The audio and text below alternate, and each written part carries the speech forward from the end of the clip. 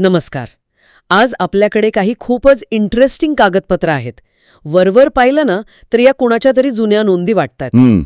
पण जसं जसं आपण खोलात जातो तसं लक्षात येतं की हे बाजिंद नावाच्या एका मोठ्या थरारक कथेचा एक महत्वाचा भाग आहे. चला जरा बघूया यात काय दडलंय. नक्कीच.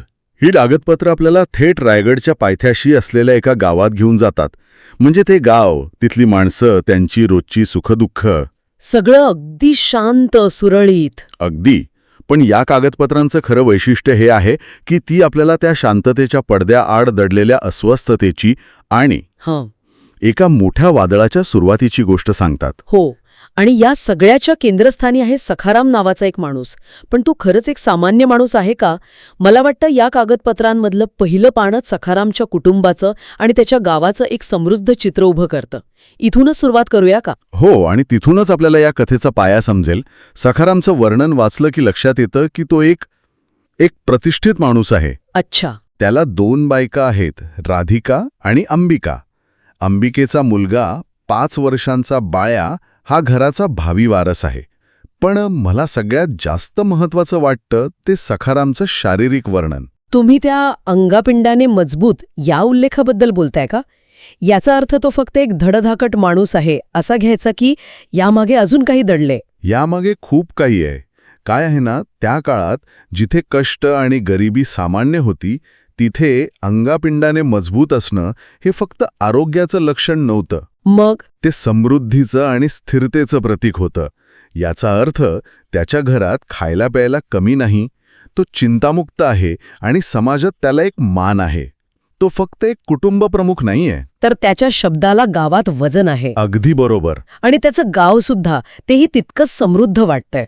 कागदपत्रांमध्ये लिहिलंय की गावातले बहुतांश लोक धनगर आहेत. मेंढ्या शेळ्या चारणं, जंगलातून रानमेवा आणणं हेच त्यांचं आयुष्य. पण गावात एक सावकार सुद्धा आहे आणि त्याचे आकडे तर चक्रावून टाकणारे आहेत. बरोबर.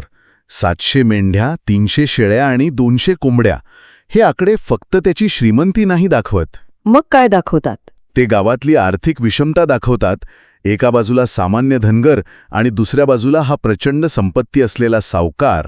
आणि कागदपत्रांमधलं एक वाक्य खूप सूचक आहे. कोणतं? सर्वांत जास्त जिवंतराव असल्याने तो गावचा सावकार पण होता. तो बण होता.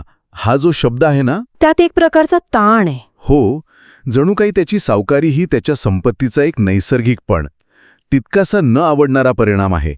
त्याच्या संपत्तीमुळे लोकांच्या मनात त्याच्याबद्दल आदरापेक्षा जास्त दरारा असावा. अच्छा, म्हणजे वरवर जरी सगळं शांत दिसलं तरी गावात एक अंतर्गत सत्तेचं समीकरण आहे. पण खरी अस्वस्थता बाहेरून येते, नाही का? कागदपत्रांमध्ये 4-5 वर्षापूर्वी झालेल्या बादशाही आक्रमणाचा उल्लेख आहे. हे नेमकं काय प्रकरण आहे? हां, एक खूप महत्वाचा ऐतिहासिक संदर्भ आहे. हे बादशाही आक्रमण म्हणजे बहुतेक औरंगजेबाच्या दक्षिणेकडील मोहिमेचाच एक भाग असणार. कारण रायगड ही स्वराज्याची राजधानी. बरोबर. त्यामुळे त्याच्या आसपासच्या प्रदेशावर सतत मोगलांचा डोळा होता. या आक्रमणांचे परिणाम खूप दूरगामी होते. म्हणजे युद्ध संपलं, पण त्याची जखम ती वाहती राहिली. आणि त्या जखमेचं प्रतीक म्हणजे हे मढी नावाचे लोक. बरोबर. कागदपत्रांमध्ये म्हटलं की ते नरक यातना भोगत होते. अगदी बरोबर. हे मढी म्हणजे त्या युद्धाने विस्थापित झालेले निर्वासित आहेत. ते सखारामच्या गावाच्या सीमेवर राहत आहेत. आणि त्यांचं अस्तित्व हे गावकऱ्यांसाठी एक सततची आठवण आहे की शांतता किती तकलादू असू शकते. म्हणजे सीमेपलीकडे नरक यातना भोगणारे लोक आहेत याचा अर्थ धोका पर दूर नाही. बरोबर. ती समृद्धी आणि शांतता एका काचेच्या भांड्यासारखी आहे, कधीही फुटू शकते. आणि ती फुटण्याची पहिली ठिणगी पडते एका आवाजाने. परवाच्या मध्यरात्रीची घटना. टकमकच्या बाजूने कोणाच्या तरी जीवाच्या आकांताने किंचाळण्याचा आवाज येतो.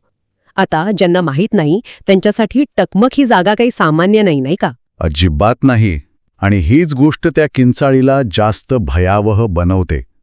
टकमक टोक हे रायगडावरचं कडेलोट करण्याचं ठिकाण म्हणून ओळखलं जातं.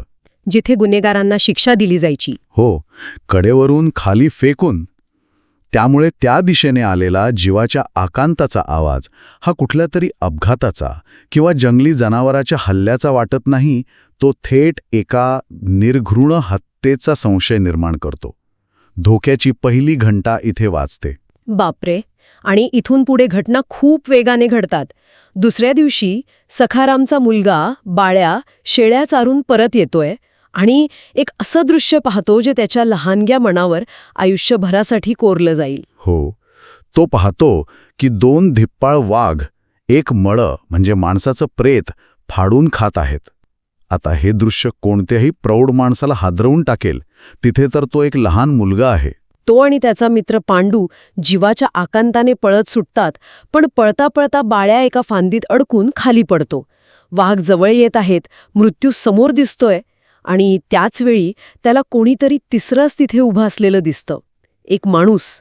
आणि इथेच कथेला एक गूढ आणि तितकीच भयानक कलाटणी मिळते, कारण हा माणूस वाघांपेक्षाही जास्त भीतीदायक आहे. त्याचं वर्णन पण खूप तपशीलवार दिलंय. हो ना, काळकाभिन्न म्हणजे सावळा रंग, अंगात जाडभरडं वस्त्र, हातात एक मजबूत काठी आणि गळ्यात चांदीची पेटी. या वर्णनावरून तो कोणी स्थानिक धनगर किंवा शेतकरी वाटत नाहीये. तो एक अनोळखी बाहेरचा माणूस आहे. पण त्याचं दिसणं इतकं विचित्र नाही जितकं त्याचं वागणं आहे. एक लहान मुलगा वाघांना घाबरून जमिनीवर पडलाय आणि हा माणूस मदत करण्याऐवजी हसतोय.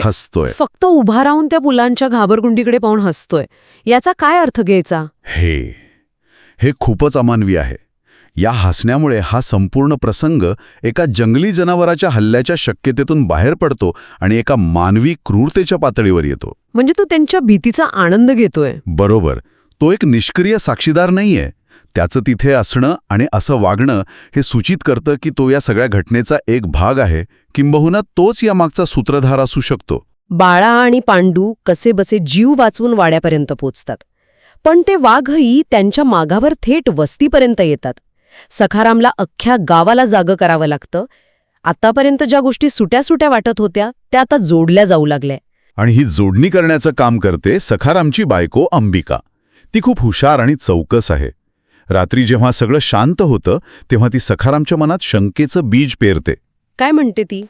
ती त्याला आठवण करून देते की 2 दिवसांपूर्वी टकमकवरून किंचाळी आली, आज वाघांनी थेट वस्तीपर्यंत झडक मारली आणि त्याच निर्जन दरीत तो काळकाभिन्न माणूस दिसला, जो आपल्या मुलाकडे पाहून हसत होता. हो, म्हणजे या सगळ्या घटना योगायोग नाहीत असं तिचं म्हणणं आहे. खरंय. आणि ती त्यापुढे जाऊन एक ठोस आरोप करते.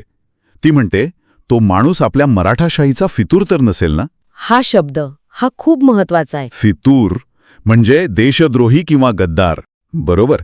ती त्या अनोळखी माणसाला थेट राज्याच्या शत्रूंशी जोडते.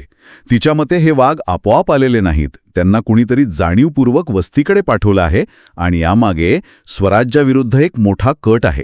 अरे वा. म्हणजे अंबिकेच्या या एका वाक्याने सखारामच्या वैयक्तिक संकटाचं रूपांतर एका राष्ट्रीय संकटात होतं. अगदी तसंच. मग आता सखारामसमोर एक मोठा पेच आहे. हे फक्त वाघांचं संकट आहे असं समजून गप्प बसायचं की अंबिकेच्या संशयाला गंभीरपणे घेऊन याच्या मुळाशी जायचं? आणि इथेच सखारामचं नेतृत्व सिद्ध होतं. तो दुसरा पर्याय निवडतो. कागदपत्रांमध्ये स्पष्ट म्हटलं आहे की तो ठरवतो ही गोष्ट रायगडावर जातीनं सांगून याचा बंदोबस्त केला पाहिजे. म्हणजे तो याला जंगली जनावरांचा हल्ला मानतच नाहीये ना? नाही, तो याला एक सुनियोजित कारस्थान मानतोय आणि याचा सोक्षमोक्ष लावण्यासाठी तो थेट महाराजांपर्यंत म्हणजे स्वराज्याच्या सर्वोच्च न्यायपीठापर्यंत जाण्याचा निर्णय घेतो. आणि या मोठ्या निर्णयात तो एकटा नाही. गावातील इतर तरुण पुढारी मैतर, मल्हारी, सर्जा आणि आणा नारायण हे सुद्धा त्याच्या पाठीशी उभे राहतात. कागदपत्रांनुसार ते सगळे एका विचाराचे होते. ही एकजूट खूप महत्वाची आहे. इथे एक सुंदर सामाजिक बदल दिसतोय. आत्तापर्यंत गावात सावकाराचा दरारा होता, पण जेव्हा बाहेरून अज्ञात शत्रूचं संकट येतं तेव्हा ती अंतर्गत भीती मागे पडते. पैशाची ताकद कमी होते आणि धैर्याची ताकद महत्वाची ठरते. अगदी बरोबर. सखाराम, मल्हारी, सर्जा आणि आणा नारायण हे त्या नव्या नेतृत्वाचे प्रतीक आहेत जे संकटाच्या काळात समाजाला एकत्र आणतं.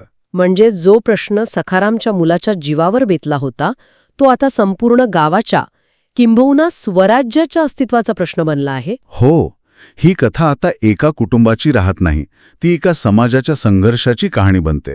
एका अज्ञात शत्रूविरुद्ध, ज्याचा चेहरा माहीत नाही, ज्याचा हेतू माहीत नाही, पण ज्याचं अस्तित्व आता नाकारता येत नाही, अशा शत्रूविरुद्धच्या लढाईची ही सुरुवात आहे. तर आपण ह्या कथेला अशा एका वळणावर सोडून जात आहोत जिथे सखाराम आणि त्याचे साथीदार न्यायाच्या मागणीसाठी आणि एका मोठ्या कटाचा पर्दाफाश करण्यासाठी रायगडाकडे जायला निघाले आहेत. या कागदपत्रांमधून जे जग उभं राहतं ना, ते वरून कितीही शांत आणि समृद्ध दिसलं तरी आतून किती अस्थिर आणि नाजूक आहे हे आपल्याला कळतं. एका बाजूला कुटुंब, समाज, समृद्धी आहे, तर दुसऱ्या बाजूला राजकीय अस्थिरता, जंगली श्वापदांचं भय आणि एका रहस्यमयी क्रूर शत्रूचं सावट आहे. एका रात्रीत सगळं चित्र पालटून गेलं आहे. आणि हे सगळं आपल्याला एका मूलभूत प्रश्नावर आणून सोडतं नाही का? जेव्हा संकट अस्पष्ट असतात, जेव्हा शत्रू अदृश्य असतो, तेव्हा एखादा नैसर्गिक अपघात आणि एखादा थंड डोक्याने रचलेला कट यांतला फरक कसा ओळखायचा? आणि जेव्हा शत्रू कोण आहे हेच माहीत नसतं, तेव्हा त्याच्याविरुद्ध उभं राहण्याचा धाडस सखारामसारख्या सामान्य माणसांमध्ये कुठून येतं?